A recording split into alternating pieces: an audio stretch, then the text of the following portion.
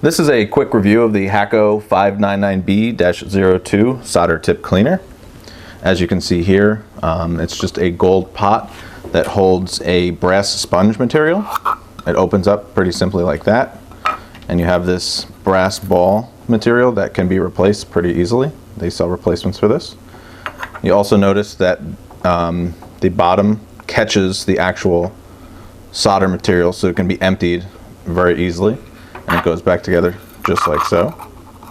Also has these little feet on it so it won't push around too much, and it's really easy to use. You just literally take any solder pen like so, and it will clean it just like that.